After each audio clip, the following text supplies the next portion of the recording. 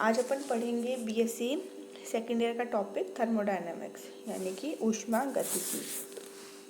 इसमें अपन देखेंगे ऊष्मा का ट्रांसफ़र किस तरीके से होता है और वो कार्य में किस तरीके से बदलती है और किस तरीके से ऊष्मा की गति होती है, कैसे एक रूप से दूसरे रूप में बदलती है और किस तरीके से उसमें ऊष्मा के फलन ज्ञात किए जाते हैं। तो पहले देख लीजिए कि थर्मोडायनामिक्स की परिभाषा क्या होती है। वह शाखा जिसमें विभिन्न रासायनिक प्रक्रमों या क्रियाओं के अंतर्गत ऊर्जा परिवर्तनों का अध्ययन किया जाता है, यानी कि रसायन विज्ञान की ऐसी शाखा जिसके अंतर्गत अनेक तरीके के रासायनिक प्रक्रम या फिर जो अपने केमिकल रिएक्शंस होती हैं उनके अंदर होने वाली ऊर्जा में क्या क्या परिवर्तन होते हैं उनका अध्ययन किया जाता है, वह कहलाती है रसायन विज्ञान की शाखा थर्मोडायनामिक्स ऊष्मागतिकी। तो सबसे पहला है प्रोसेस या प्रक्रम, वह क्रिया जिसके द्वारा ऊष्मागतिक प्रक्रम एक अवस्था से दूसरी अवस्था में परिवर्तित होता है उसे बोलते हैं प्रोसेस या फिर प्रक्रम। अब ये कई तरीके के होते हैं जैसे कि आइसोथर्मल, एडियाबैटिक, आइसोबारिक, आइसोकोरिक और साइक्लिक। तो इसमें अपने मेन 5 तरीके के प्रोसेस बता रखे हैं, प्रक्रम बता रखे हैं।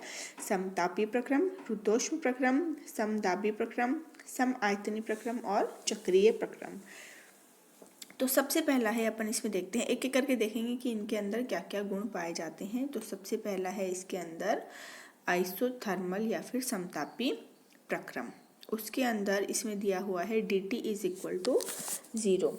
dt इज इक्वल टू 0 का मतलब है T यहाँ पर तापमान है, D है यहाँ पर तापमान में थोड़ा सा परिवर्तन, यानी कि तापमान में जो परिवर्तन है वो क्या होता है, 0 होता है।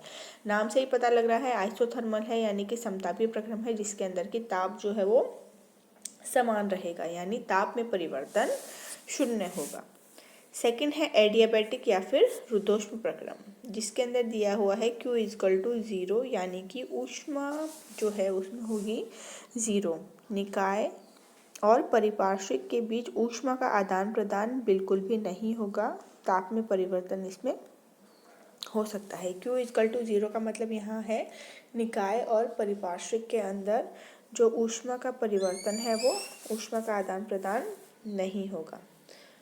नेक्स्ट है आइसोबारिक यानी कि समदाबी, जो कि नाम से ही पता चल रहा है। जैसे कि समतापी प्रक्रम था जिसमें कि ताप समान था यानी कि ताप में परिवर्तन 0 था, उसी तरीके से समदाबी प्रक्रम जिसके अंदर की दाब में परिवर्तन जो है वो 0 होगा, यानी कि dP is equal to 0। Next है आइसोकोरिक यानी कि समआयतनी प्रक्रम जिसके अंदर होगा dV इज इक्वल टू 0, यानी कि आयतन में परिवर्तन 0 होगा। और लास्ट अपने पास चक्रीय प्रक्रम या फिर साइक्लिक प्रोसेस जिसके अंदर प्रक्रम में निकाय विभिन्न परिवर्तनों से गुजरता हुआ पुनः अपनी प्रारंभिक अवस्था में लौट जाता है, यानी कि जिस पॉइंट से शुरू किया था अपन ने लास्ट में उसी पॉइंट पर पहुंच जाते हैं, वो होता है आपके चक्रीय प्रक्रम या साइक्लिक प्रोसेस। उसके बाद है रिवर्सिबल और इरिवर्सिबल, 2 तरीके के प्रोसेस और होते हैं जो किसी भी इन 5 में से किसी भी तरीके के हो सकते हैं। तो मेनली उनको कितने भागों में बांटा गया है, 2 भागों में, उत्क्रमणीय और अनुत्क्रमणीय प्रक्रम। मैंने आपको पहले भी बताया था अगर किन्हीं भी 2 चीज़ों में अंतर ज्ञात करना होता है तो आप केवल एक चीज़ का ही अंतर, एक चीज़ के ही गुण याद कीजिए और सेकंड वाला उसका बिल्कुल रिवर्स होगा। यदि आप दोनों करते हैं तो क्या होगा, आपके कन्फ्यूज़न क्रिएट होती है। तो पहला है इसमें रिवर्सिबल यानी कि उत्क्रमणीय प्रक्रम।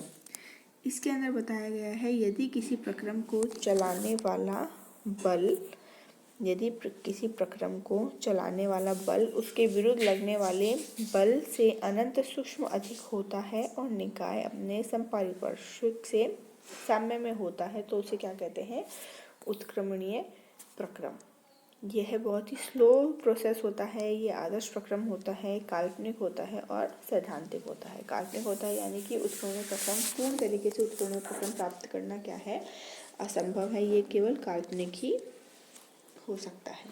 तो इसी तरीके से अगर अपन इरिवर्सिबल में देखें, अनुक्रमणीय प्रक्रम में देखें तो क्या हो जाएगा, यदि किसी प्रक्रम को चलाने वाले बल और उसके विरुद्ध लगने वाले बल में सूक्ष्म अधिक हो तो निकाय अपने समपारिपार्श्विक से क्या होगा, साम्य स्थापित नहीं करेगा। ये एक तरीके से फास्ट प्रोसेस होगा, आदर्श नहीं होगा यानी कि अनादर्श होगा, वास्तविक प्रक्रम होगा और सैद्धांतिक नहीं होगा। तो ये हैं आपके अनेक तरीके